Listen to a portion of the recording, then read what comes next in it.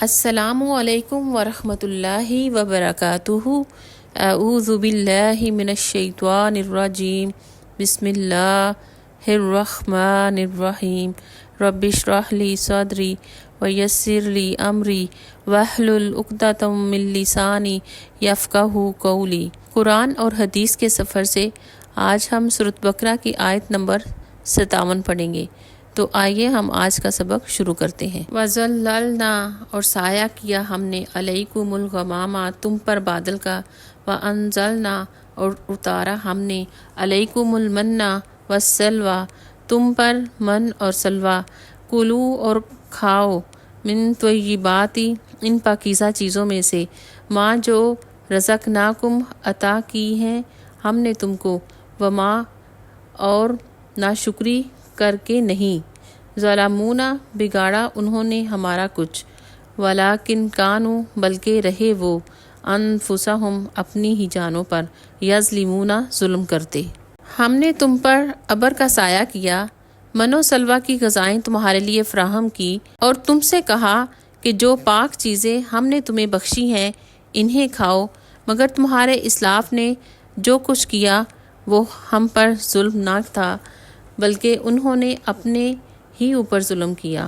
اس صحرا نما سینا میں، جہاں دھوپ سے بچنے کے لیے کوئی جائے پناہ تمہیں میسر نہ تھی، ہم نے ابر سے تمہارے بچاؤ کا انتظام کیا۔ اس موقع پر خیال رہے کہ بنی اسرائیل لاکھوں کی تعداد میں مصر سے نکل کر آئے تھے، اور سینا کے علاقہ میں مکانات کا تو ذکر، سر چھپانے کے لیے ان کے پاس خیمے تک نہ تھے۔ اس زمانے میں اگر خدا کی طرف سے ایک مدت تک آسمان کو ابر آلود نہ رکھا جاتا تو یہ قوم دھوپ سے ہلاک ہو جاتی۔ پھر یہاں پر من اور سلویٰ اتارا گیا۔ من اور سلویٰ وہ قدرتی غذائیں تھیں جو اس مہاجرت کے زمانے میں ان لوگوں کو 40 برس تک مسلسل ملتی رہیں۔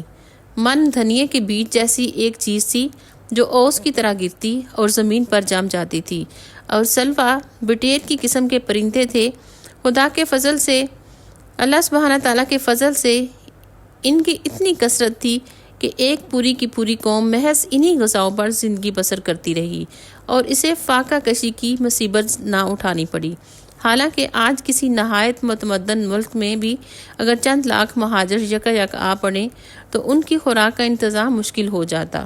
وَظَلَّلْنَا عَلَيْكُمُ الْغَمَامَ، اور سایہ کیا ہم نے تم پر بادلوں کا۔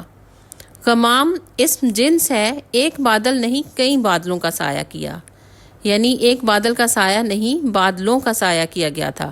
وَأَنزَلْنَا عَلَيْكُمُ الْمَنَّ وَالسَّلْوَىٰ، اور اتارا ہم نے من اور سلویٰ غذا کے طور پر۔ کہاں اتارا گیا تھا؟ صحرائے سینا میں۔ فرعون سے بچ کر صحرائے سینا میں گئے، وہاں کچھ کھانے کو نہ تھا، کئی ہزار لوگ تھے، وہاں کچھ بھی نہیں اگتا تھا، نہ پانی تھا، تو اس لیے اللہ نے آسمان سے ان کے لیے من و سلویٰ اتارا۔ بنی اسرائیل پر جو انعامات تھے ان میں بادلوں کا سایہ، من و سلویٰ، اور کہا کلوا، کھاؤ، من طیبات ما رزقناکم، پاکیزہ چیزیں جو ہم نے تمہیں دی ہیں کھانے کے لیے۔ کیا تھی یہ پاکیزہ چیزیں؟ من اور سلویٰ، جو ذائقے میں بہت مزے کا تھا۔ وما ظلمونا، اور انہوں نے ہم پر ظلم نہیں کیا۔ کس نے ظلم نہیں کیا؟ یعنی کہ بنی اسرائیل نے۔ ولیکن کانوا انفسہم یظلمون، لیکن وہ اپنی ہی جانوں پر ظلم کرتے تھے۔ کیسے ظلم کرتے تھے؟ ناشکری کر کے۔ ناشکری تو اس قوم کے اندر کوٹ کوٹ کر بھری ہوئی تھی۔ اس آیت سے کیا پتہ چلتا ہے کہ جب اللہ سبحانہ تعالیٰ کسی پر مہربان ہوتا ہے تو صحرا میں بھی بادلوں کا سایہ کر سکتا ہے۔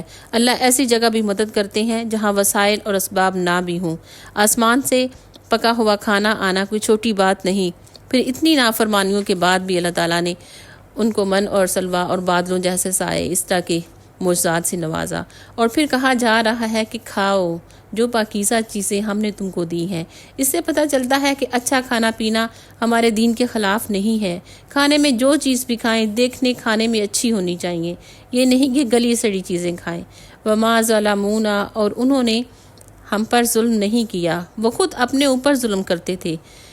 گناہ کر کے، نافرمانی کر کے بندہ اللہ کو نقصان نہیں دیتا، بلکہ اپنے آپ کو ہی نقصان پہنچاتا ہے۔ صحیح مسلم کی حدیث ہے، یا عبادی، اے میرے بندو، انکم، بے شک تم، لن تبلغا، ہرگز نہ پہنچو گے تم، دری، میرے نقصان کو، فتدرونی، تو تم مجھے نقصان دو، لن تبلغا نفعا، اور ہرگز تم نہیں پہنچ سکتے میرے نفع کو، فتنفعونی، مجھے کوئی فائدہ پہنچاؤ۔